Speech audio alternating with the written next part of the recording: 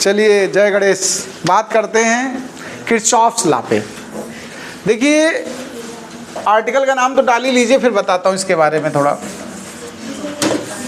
Kirchhoff's law, actual में Kirchhoff's law thermal में भी था क्लास 11th में।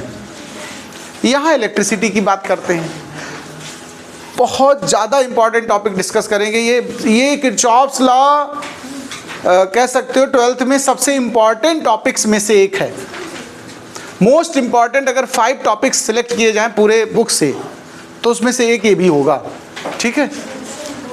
शायद ही कभी कोई ऐसा ईयर रहा होगा, चाहे जो कंपटीशन हो, अगर फिजिक्स उसमें आ रही है 12th की तो ये ज़रूर टॉपिक उसमें इंक्लूड रहता है, चाहे थ्योरी से आए या फिर उसकी प्रॉब्लम आए।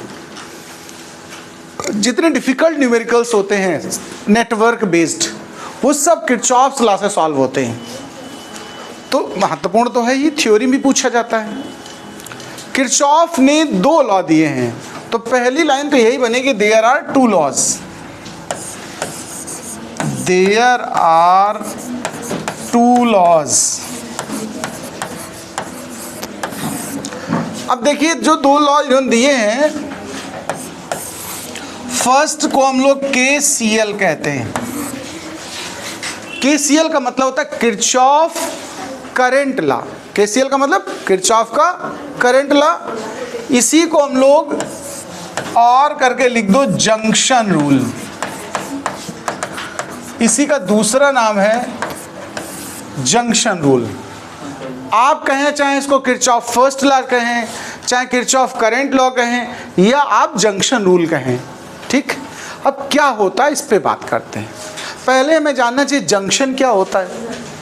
जंक्शन मतलब जॉइंट पॉइंट, जहाँ पर कई चीज़ें आगे मीट करेंगी, उस पॉइंट को हम क्या बोलते हैं, जंक्शन। सपोज करिए कोई नेटवर्क बना रहे थे, वायरिंग कर रहे थे, उसमें कई वायर आए और कई वहाँ से आगे चले गए। इनमें से कुछ वायर करंट ला रहे हैं, I1, I2, I3 ऐसे, और कुछ ले जा रहे हैं आउट। I4 सपोज करो बाहर जा रही है और I5 बाहर जा रही। ये जो पॉइंट है ना, इसी को हम क्या बोलते हैं, जंक्शन। ये पॉइंट जंक्शन है, ध्यान रखिएगा। आपने स्टेशंस के नाम सुने होंगे, प्रयागराज जंक्शन सुना कि नहीं सुना। कुछ जंक्शंस होते हैं और कुछ में स्टेशन ही लिखा होता है। आप कभी ध्यान देना, कई जगह केवल स्टेशन लिखा होगा, जैसे कि कल्याणपुर स्टेशन है और मंदना वाला जंक्शन है। जंक्शन और स्टेशन में डिफरेंस क्या है, चलो इस पे बात करते हैं। स्टेशन वो है जहां पर सीधी एक रेलवे लाइन आई है और चली गई, ऐसे। ये यहां पर अगर प्लेटफॉर्म इधर बनाओ चाहे इधर बनाओ, ये हुआ स्टेशन। लेकिन अगर यहाँ कई लाइन होती, जैसे आया और फिर यहाँ से एक इधर की किधर कहीं चली गई, एक और लाइन चली गई, ऐसे मोर देन 1 लाइन अगर कहीं से जा रही हैं, देखो आ चाहे एक ही रही हो लेकिन वहाँ से जाने वाली 2, ऐसे। इस सिचुएशन को बोलते हैं जंक्शन। क्या बोलते हैं। जैसे मंदना की बात करें तो इधर कल्याणपुर साइड से रेलवे लाइन जाती है, इधर ब्रह्मावर्त चली जाती है, बिठूर यानी, और ये चली जाती है फर्रुखाबाद के लिए। तो ये जंक्शन हो गया इस जगह कि नहीं हो गया। जंक्शन का मतलब होता है जहाँ से कई वे हो जाए। उन्नाव जंक्शन है, उन्नाव से कानपुर की तरफ एक लाइन आती है, रायबरेली की तरफ जाती है, और एक उधर कहीं चली जाती है लखनऊ की तरफ। तो ऐसे होते जंक्शन। तो यह हमारा जंक्शन है। देखिए जंक्शन मतलब कई वे हो गए। इसमें किरचॉफ ने क्या बताया, अब मैं इस पर बात करता हूँ। किरचॉफ ने कहा है कि किसी जंक्शन पर जितनी करंट आएंगी सब मिल करके उतनी ही आउट होगी, यानी इनकमिंग करंट और आउटगोइंग करंट की वैल्यू क्या रहेगी, सेम रहेगी। या इसी को मैथमेटिकल फॉर्मेट में कहें तो sigma I will be 0।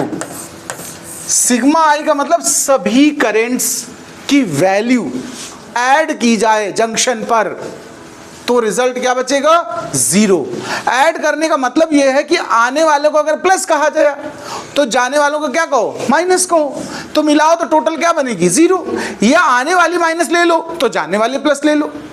Incoming और आउटगोइंग में एक को पॉजिटिव दूसरे को निगेटिव को, तो किसी जंक्शन पर हमेशा उनका सम क्या मिलेगा आपको? 0। इसी को हम इस डायग्राम के हिसाब से अगर एक्सप्लेन करें तो हम ऐसे कहेंगे I1 plus I2 plus I3, देखो 3 हमने इनकमिंग दिखाई है आपको और 2 इसमें से आउटगोइंग है, I4 I5, ये सब मिलकर के क्या बनाएंगे? 0। तो डिफाइन करते जरा, किरचॉफ की डेफिनेशन क्या है फर्स्ट लॉ की, सुनिएगा। At the junction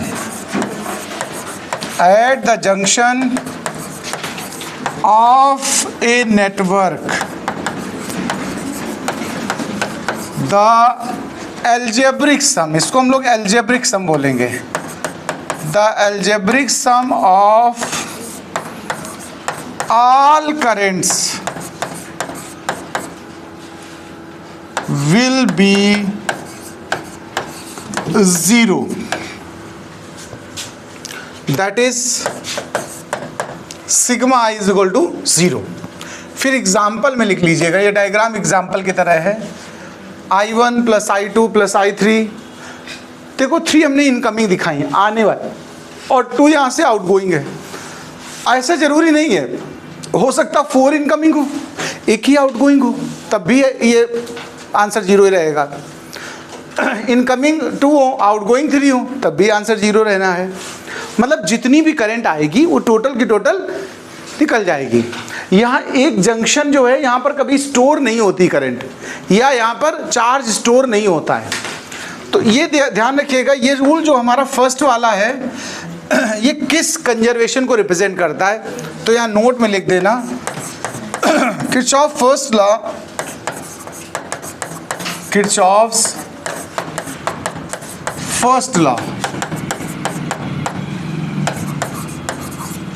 shows conservation of charge. यानी जो किरचॉफ का फर्स्ट लॉ है वो किस क्वांटिटी को कंजर्व रिप्रेजेंट करता है? चार्ज को। यानी ना चार्ज स्टोर किया जा सकता है और ना मतलब प्रोड्यूस किया जा सकता है और ना ही डिस्ट्रॉय किया जा सकता है। तो ये हमारा किरचॉफ फर्स्ट लॉ हो गया। अब हम बात करते हैं किरचॉफ सेकेंड लॉ पे। आर्टिकल पढ़ेगा, आप चाहे सेकेंड लॉ लिखें, इसी का दूसरा नाम है KVL, Kirchhoff's voltage law. Kirchhoff voltage law का और अगला एक नाम होता है, इसको हम बोलते हैं मेश रूल। मेश रूल भी कहते हैं और इसे आप लूप रूल भी कह सकते हो। ये कुछ नाम है इसके KVL के, यानी second Kirchhoff law. First law बड़ा आसान है, उसको अप्लाई करना भी इजी है। सेकेंड लॉ मेन है, इस पे ध्यान देना। पहले हम इसका फॉर्मूला बताएंगे, मतलब डेफिनेशन और फार्मूला बनाएंगे, फिर एक एग्जांपल से एक्सप्लेन करेंगे। देखिए जरा, अगर हम किसी जंक्शन को लें, मतलब अब जंक्शन है, अब तो मेश बनाएंगे। देखिए काम करते हैं, एक रेजिस्टेंस ये है मेरे पास, एक और रेजिस्टेंस ले लिया, एक और रेजिस्टेंस ले लिया। एग्जाम्पल से ज़्यादा आसानी समझा पाऊंगा मैं आपको, इसलिए मैं ऐसे बना रहा हूँ। इसमें हमने क्या किया, इन 2 ब्रांचेस में सेल कनेक्ट कर दिया, बैटरी या सेल जो भी कहना चाहें आप, यहाँ कनेक्शन दे दिए। इसका EMF E1 है, इसका EMF E2 है, ये रेजिस्टेंस R1 है, ये R2 है, ये R3। फर्स्ट वाले से जो करंट विड्रॉ हुई वो I1 हुई, सेकेंड से जो विड्रॉ हुई वो I2 हुई। ये दोनों ही मीट करेंगी इस जंक्शन पे और आगे बढ़ जाएंगी। तो यहाँ जो करंट पहुँचेगी वो कितनी पहुँचेगी? I1 plus I2। ध्यान से देखना आप इस जगह, यहाँ पर भी I1 प्लस I2 पहुँची, यही बढ़ के आगे। जब इस जगह पहुँचेंगे तो देखो, जो सेल जितनी करंट इमर्ज कर रहा है, निकाल रहा है, उतनी ही उसमें वापस जाएगी। तो इस वाले सेल ने I2 करंट दी थी ना मुझे, तो ये वापस जब इसके पास मौका मिलेगा तो उतनी वापस ले लेगा। अब बची हुई करंट I1 आगे बढ़ेगी, देखो इस तरफ, और वो इसमें पहुंचेगी। इस तरीके से जितनी करंट जिस सेल से निकलती है उतनी ही करंट वापस उसमें पहुंचती भी है। ये बैलेंस सिचुएशन है। हमें जब भी किरचॉफ के क्वेश्चन न्यूमेरिकल्स करने हैं किरचॉफ पर बेस्ड, तो उनमें सबसे पहला काम यही करना होता है कि करंट को डिस्ट्रीब्यूट करना है, और ये श्योर करना मुझे है कि जिस सेल से जितना आउटगोइंग है उसमें वापस पीछे वाली प्लेट में उतना ही इनकमिंग होना चाहिए। तब हम समझेंगे कि हमने सही से करंट को स्प्लिट किया हुआ है। फिलहाल डेफिनेशन क्या है केवीएल की, इस पे बात करते हैं। केवीएल कहता है, ध्यान देना जरा, कि sigma I R must be equal to sigma E. क्या मतलब है इसका? इसकी डेफिनेशन सुनिए। यहां नेटवर्क को गौर से देखो तो इसको एक मेश बोलते हैं, ये मेश 1 है। मेश का मतलब ऐसे एक लूप जैसा बना है, सर्किट बना है। ये मेश 2 है, इनको हम लूप भी कहते हैं। तो लूप 1, लूप 2 या मेश 1, मेश 2, ठीक है। ये क्लोज्ड मेश है। ये जो सेल तुम्हें लग भी रहा ओपन जैसा, ये ओपन नहीं है, सेल का सिंबल ऐसा बनता है, इसलिए जगह खुली जैसी दिख रही। ना सोचो ये कोई चाइना गेट है, निकल जाए इधर से, है ना। ये क्लोज्ड लूप है भैया। तो यहाँ हमने इस एग्जाम्पल में 2 लूप आपके सामने बनाए हैं। ऐसा नहीं कि 2 होते हैं, कहीं 1 लूप भी होगा, कहीं 5 भी होंगे, कहीं कितने भी होंगे, हमें फाइंड आउट करने होते हैं। रूल क्या कहता है, इस पे बात करते हैं। रूल ये कहता है कि किसी भी क्लोज्ड मेश में, चाहे फर्स्ट हो चाहे सेकंड हो, कोई भी हो, किसी भी क्लोज्ड मेश में हमेशा आई और आर का जो प्रोडक्ट होगा, जैसे इस आर से कितनी करंट पास हो रही, I1, तो यहाँ प्रोडक्ट क्या हुआ, I1 R1। इसमें क्या प्रोडक्ट बनेगा, I2 R2। तो किसी भी लूप में I और R के प्रोडक्ट किए जाएं सभी, और सबका एल्जेब्रिक सम किया जाए। एल्जेब्रिक सम का मतलब होता है अगर एक ही डायरेक्शन में करंट है तो प्लस प्लस ले लो, और जो उससे अपोजिट करंट हो उसमें माइनस ले लो। तो प्लस माइनस ध्यान रखना है, मुझे अप्लाई करके सिखाऊंगा मैं भी। इसको पढ़ते हैं algebraic sum of product of I and R equals to algebraic sum of EMF of all cells. यहाँ इस मेश में देखो, नंबर 1 मेश में कितने सेल लगे, देखो ध्यान से। E1 लगा, एक E2 भी तो इसका पार्ट है, देखो इसी मेश का पार्ट है E2 की, नहीं देखो। तो इन दोनों का सम हमें लेना पड़ेगा। डेफिनेशन पहले लिखना, फिर फॉर्मूला, फिर डायग्राम। डेफिनेशन क्या मैं लिखता हूँ, आप समझते भी जाइए, लिखते भी जाइए। लिखिए, in any closed mesh, in any closed mesh, the algebraic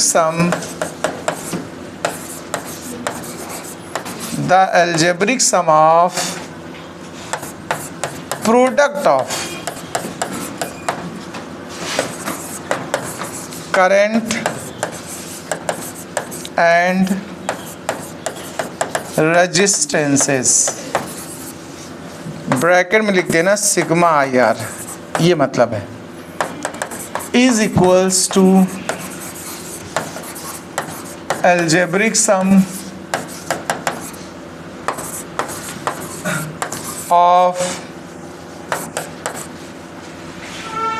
EMF of cells connected in that mesh, connected in that mesh, bracket में लिख देना सिग्मा ई। दैट इज, अब ये फॉर्मूला लिखना है कि sigma I R is equal to sigma E. ये चीज़ आपको एक्सप्लेन तब समझ में आएगी अच्छे से जब हम इस एग्जाम्पल को सॉल्व करेंगे। ये जो डायग्राम है ये एग्जाम्पल है, इसको एग्जाम्पल करके एक्सप्लेन करता हूँ मैं। नोट कर लेना बाद में, पहले सुन लीजिए अच्छे से। ऐसे सपोज करो ये न्यूमेरिकल हो कोई, हम कहते हैं ऐसा ही न्यूमेरिकल आ गया एग्जाम में तुम्हारे। न्यूमेरिकल होने का मतलब क्या है, E1 की वैल्यू 10 वोल्ट, E2 की वैल्यू कुछ भी 5 हो सकती है, 20 हो सकती है, 15 हो सकती है, 12.5 हो सकती है। मतलब ये नंबर्स में दिया हो, E1 कुछ वोल्ट, E2 कुछ वोल्ट, R1 कुछ ओम, R2 कुछ ओम, 5, 10, 16 कुछ भी, I1 I2 की वैल्यूज़, ठीक है, R3 कुछ हो, या I1 I2 की वैल्यूज़ निकालनी हो, ऐसा कुछ होगा। मतलब इनमें से कुछ नोन होंगी चीज़ें और कुछ अननोन होंगी, ध्यान रखना। तब हमें सॉल्व करना है इसको, और यूज़ करना क्या, किरचॉफ लॉ। किरचॉफ लॉ कैसे लगता है, अब सुनिए। मेश 1 में पहले अप्लाई करता हूँ मैं, देखो ध्यान देना प्लीज़। इन मेस 1 यानी फर्स्ट लूप। एक बात ध्यान रखना, जब भी किरचॉफ लॉ अप्लाई करना, स्टेप समझना पहले। सबसे डिफिकल्ट न्यूमेरिकल इसके मानते हैं लोग, लगा मतलब एक बार समझ में आ जाएगा तो बहुत आसान है, नहीं आएगा तो हमेशा फंसे रहोगे।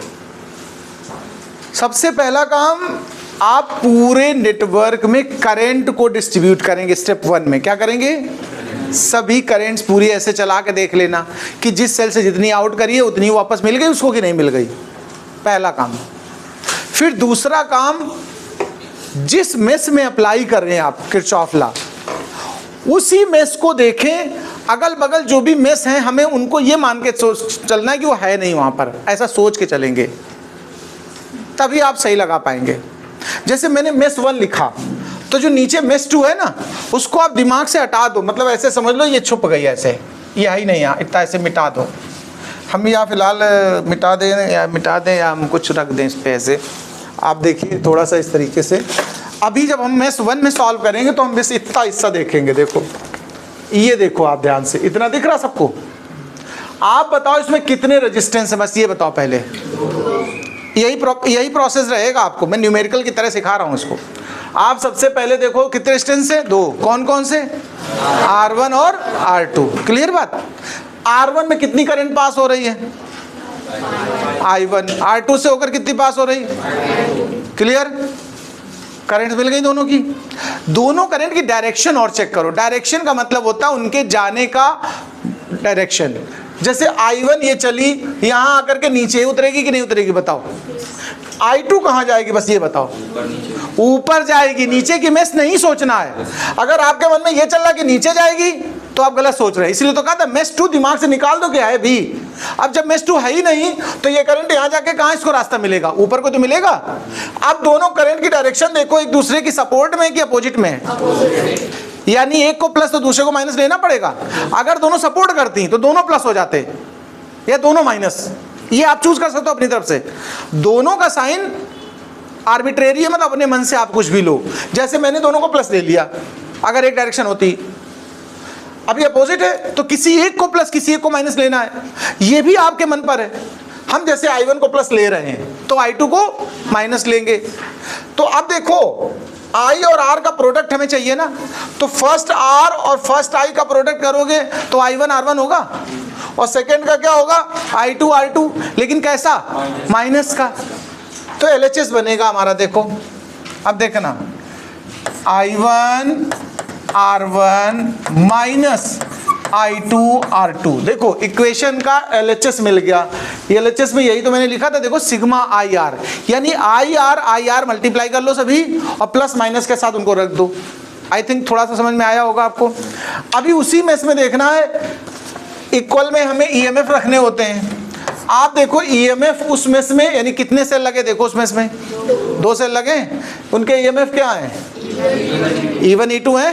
क्लियर बात। अब जिसकी करंट तुमने प्लस ली है उसका EMF प्लस ले लो, जिसकी करंट माइनस ली उसका EMF भी माइनस, तो E1 प्लस हो जाएगा और E2। देखो पहली इक्वेशन बन गई, इक्वेशन 1 बन गई। जब हम सॉल्व करेंगे तो ऐसे इक्वेशन बनाएंगे पहले, और फिर इक्वेशन सॉल्व करना तो तुम्हें आता होगा मुझे लगता है। इक्वेशन सॉल्व करना तो छोटी क्लास में सीखा होगा, चाहे एलिमिनेशन मेथड लगाओ, चाहे क्रॉस मल्टीप्लिकेशन मेथड लगाओ, चाहे एस्टिमेशन मेथड लगाओ, जो आपने तरीके सीखे हों। अभी दूसरी मेश में लगाने वाले हैं भैया, यही रूल हम किरचॉफ का, जरा दूसरी रूल में अप्लाई करना सीख लो, फिर नोट करना है। इन मेश 2, जब मेश 2 में अप्लाई करेंगे, ध्यान देना, तो हम मन से मेश 1 हटा देंगे। देखो अब मेश 1 को छुपा रहा हूं मैं, गौर से देखिएगा, केवल मेश 1 छुपी है। अभी आपको कितने रेजिस्टेंस दिख रहे हैं, कौन कौन से, क्लियर। R2 से कितनी करंट पास हो रही, R3 से कितनी पास हो रही, क्लियर बात। इनकी डायरेक्शन और देखो, I2 जब यहाँ पहुंचेगी तो कहाँ जाना पसंद करेगी, नीचे ही तो आएगी, ऊपर तो जाएगी नहीं। अब ऊपर की मेश दिमाग से हटा दी ना, तो ये I2 नीचे उतरी, यानी इसे ऐसा फ्लो है इसका। देखो ये जो भी है, एंटी क्लॉक जो भी है। अब इनका डायरेक्शन देखो कैसा है फ्लो का, वो भी तो इधर क्यों है, ये भी तो उधर को ही आ रही। देखो डायरेक्शन ऑफ फ्लो देखो, ये घूमती हुई यूं घूमेगी कि नहीं घूमेगी। I2 देखो ऊपर की मेश हटा दी दिमाग से, और ये पहले से इधर ही घूम रही है, देखो I1 प्लस I2, यानी यहां पर जो इसकी करंट है और जो इसकी करंट है दोनों की डायरेक्शन सेम है, इसलिए दोनों प्लस में ले रहा हूं मैं। तो देखो पहला प्रोडक्ट हुआ I2 R2, क्या बना I2 R2, इसी को समझना है। और दूसरे में करंट दो हैं, I1 और I2, और रेजिस्टेंस क्या है R3। इस जगह से अब EMF देखना है तुम्हें। मेष 2 में देखो कितने सेल लगे, मेष 2 में देखना है केवल, मेष 2 के पास कितने सेल हैं, सिंगल है। और जब सभी करंट प्लस में है तो उसका EMF प्लस में ही लिख लो। तो क्या लिखा EMF आपने, इज इक्वल टू में E2। इस तरीके से हमें जितनी मेष होंगी उतने इक्वेशंस मिलेंगे। न्यूमेरिकल का कॉन्सेप्ट समझना, जितनी मेष उतने इक्वेशंस, और जितने अननोन उतनी इक्वेशन हमें चाहिए। जब हम न्यूमेरिकल्स करेंगे ध्यान रखना, तो हम पहले ढूंढेंगे पूरे क्वेश्चन में अननोन कितने हैं, फिर उतनी ही मेष ढूंढेंगे या किसी तरह उतने इक्वेशन बनाएंगे, फिर उनको आपस में सॉल्व कर देंगे, जो भी अननोन होगा क्वेश्चन में वो निकल के बाहर आ जाएगा। यही तरीका इसका Kirchhoff's law. Kirchhoff's law theoretically समाप्त हुआ, न्यूमेरिकल हम लोग अगले वीडियो में सीखेंगे। चलिए इसको नोट कर लीजिए।